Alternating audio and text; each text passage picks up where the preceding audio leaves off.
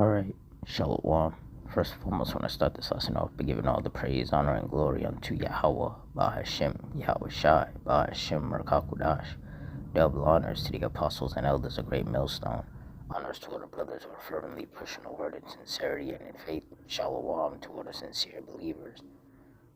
Now, this lesson is going to be based on what's happening out there in Mississippi in regards to this winter storm, which this winter storm that the Lord has sent to a good portion of America, the different cities throughout America, has caused a lot of chaos.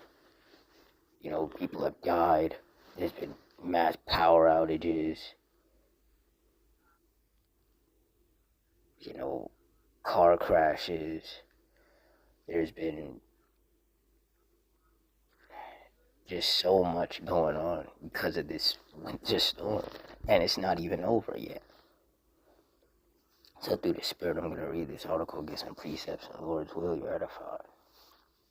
It says, Mississippi shivers as thousands stuck without power after ice storm, bracing for deep freeze. A week after a historic winter storm paralyzed communities across the southeast, officials are still racing to keep residents safe, warm, and fed. In Batesville, Mississippi, a shelter that offers a critical refuge for residents without electricity is running out of space. Farther north, hospital workers in rural Tippah County spent days ferrying water from a pool outside so toilets could flush. And in Rolling Fork, a small city in the Mississippi Delta, some have resorted to sleeping in their cars to stay warm following a storm that left such severe damage. Officials across the state have likened it to a tornado. Said the fallen trees and ravaged roofs, the scramble for shelter, and questions about when the lights will come back on are all too familiar in Rolling Fork nearly 3 years after a deadly EF4 twister tore through. Said the damage from this ice storm is just as traumatic as what we faced during the tornado, Rolling Fork Mayor Eldridge Walker said. A week after a historic winter storm paralyzed communities across the southeast, cutting electricity to hundreds of thousands, blocking roads with ice-encased tree limbs, and leaving many grocery shelves empty, officials are still racing to keep residents safe as the extreme cold lingers. Adding to the urgency, a fresh blast of Arctic air is forecast for the region, expected to bring even more frigid temperatures late Friday through the weekend. Yeah, and where I am here in New York, it was 3 degrees this morning, but they said it felt like -10. Like, it's like some absolutely frigid weather, man. Like, the Lord really ain't playing. He really is not playing. Says in Mississippi, officials said Friday that 16 people had died because of the storm, including a Lafayette County resident who fell while trying to refill a generator, and 3 men who were found in a Tate County home after a fire that an emergency official said might have sparked from a space heater. You see? So the Lord sends these frigid winter storms, knocks out power, then people try all of these different methods to stay warm, and it ends up killing them. Like, there are people who have tried to use candles, so they can see around the house, and then the candle starts a fire, people get wounded and killed, you know. And in this situation where they said that this fire could have sparked from a space heater, just people trying to stay warm. And the thing that they're using to try to stay warm ends up resulting in their death. Even though if they hadn't even tried that, they more than likely would have froze to death, So it was like either way, these people were meant to die. And this is why the men of the Lord are constantly stressing that we're supposed to fear the Lord. Because look at what the Lord is doing. Look at what he's doing to people. He's putting people in these situations, and no matter what they do to try to, get out of it, they just run into another obstacle.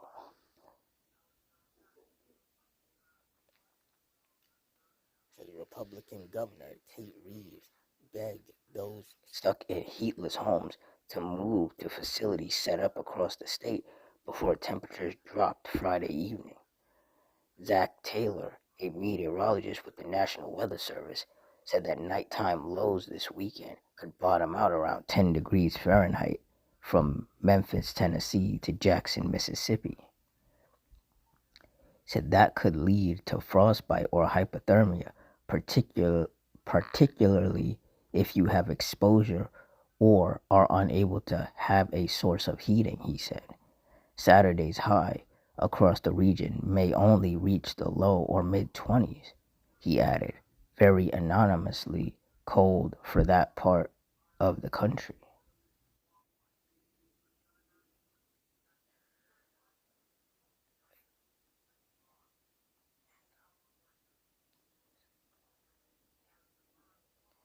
Says roughly 79,000 Mississippians were still without power as of Friday, according to PowerOutage.us. Entergy, a major electric company, said it has restored power to 75% of customers in the state affected by the storm as of Friday morning. The utility expects some homes to remain dark until Sunday evening. Other utilities could take longer. The Tallahatchie Valley Electric Power Association, which serves several counties in North Mississippi, said in a Facebook post Friday that it can't yet offer restoration times. Mississippi officials said this was the worst winter weather since a 1994 ice storm froze the Mississippi Delta. In Oxford, Mississippi, Jerry Patton said he has been turning his gas stove on for a few minutes at a time in an attempt to keep warm. Said just keep the faith, said Patton, who has been without power for a week. It's rough. Said the storm has brought the college town to a halt, closing the University of Mississippi through February 8th. Ethel Skurlock, the dean of the university's honor college, said several homes in her Oxford neighborhood have been destroyed. As trees fell, she said it sounded like gunfire or fireworks. Said I heard somebody say something about exploding trees, but I had no idea what that meant. Said her family has kept her 88-year-old mother warm with a generator, but most people in our neighborhood don't even have that, she said. Her husband, who has been assisting others with water leaks and limb removal, has been getting around on an off-road vehicle because of debris blocking their roadway. The National Guard has been deployed to both Mississippi and neighboring Tennessee. In Oxford, the Cajun Navy was among several volunteer organizations serving hot meals and delivering supplies. Reeves said the state has begun preparing a major disaster declaration request to the White House. At about 30 minutes from Oxford and Batesville, Mayor Hall Farrell said the city still had significant needs. Power poles are strewn across roads, and leaving home for provisions can be dangerous and exhausting. When traffic snarled earlier this week, Farrell said he saw miles of 18-wheelers at a standstill on Interstate 55. The National Guard and volunteers helped rescue stranded drivers. He said you can't go to your neighbor's house and say, "Can I come in and warm up?" because they don't have it, Farrell said. Jonathan Garner and his wife, Shay, have offered their roughly 5,000 square foot warehouse as a warming shelter in Batesville for people who can't get to hotels. The first arrivals, Garner said, came Saturday morning after they were left homeless by two trees that fell on their house. About 70 people are now staying there, Garner said, bringing the facility near capacity, and county emergency officials have announced additional shelters. Yeah, but, this article just keeps going. But the point is, the Lord has brought so much judgment just with this one winter storm alone. And it's still happening. Like, the effects from this are still happening.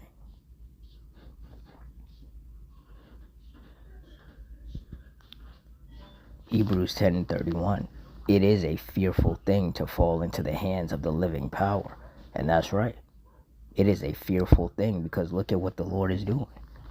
Just piling on the judgments. Like it says in Isaiah 48:22, there is no peace, saith the Lord Yahweh, unto the wicked. And the Lord, he's showing that. Like it's just one thing after another. People are without food, without water, without shelter, and, their home is damaged because trees fell on their home. Or their house burned down when they were trying to keep warm by using a space heater or lighting some candles or something. Like, it's just nonstop. And this is why it's a fearful thing to fall into the hands of the Lord, because the Lord could literally make anything happen. It's just a domino effect of bad things happening. Like it says in 2 Ezra 8:50, for many great miseries shall be done to them that in the latter time shall dwell in the world, because they have walked in great pride. And right now, the most proud place on the planet, America, its wicked cities and the wicked people that dwell here are experiencing those many great miseries. Isaiah 29:6, thou shalt be visited of the Lord Yahweh of hosts with thunder, and with earthquake and great noise, with storm and tempest, and the flame of devouring fire. And the Lord is going to continue to visit America and the rest of the world via these judgments. Earthquakes, storms, tempest, and fires. And that's only a few of the devastating, deadly, destructive judgments that the Lord is going to continue to unleash upon this earth.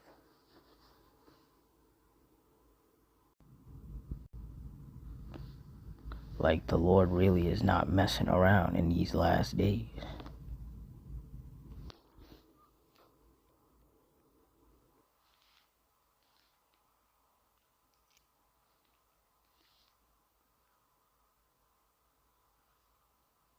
Proverbs 19:23, the fear of the Lord Yahweh tendeth to life, and he that hath it shall abide satisfied. He shall not be visited with evil. And that's right. Those of us who fear the Lord and are daily moving through our life with that fear and being, careful of what we do, because we don't want the anger of the Lord to be brought upon us. The Lord, he's taking care of us. He's providing for us, making sure that we, have food, have water, have warmth, have comfort. But as you can see, for these wicked people, they just can't catch a break, and they don't deserve to, because they're constantly provoking the Lord unto wrath with their wickedness. And now they're experiencing the result of their own wicked actions. This is a form of wicked people reaping what they have sown. And best believe these judgments are going to get a lot worse, a lot more destructive, a lot more intense, a lot deadlier.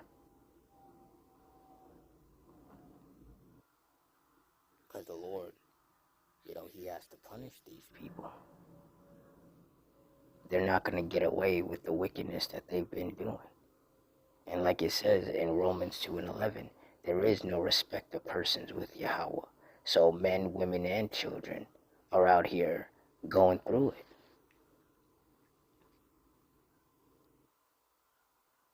And they're going to continue to go through it until the Lord decides to take their spirit from them. And those of us of the hopeful elect, we should be seeing these judgments and all the things that the Lord is doing. And, it should make us continue to fear him. And push us to, continue to be fervent and diligent and move in a righteous manner in the sight of the Lord.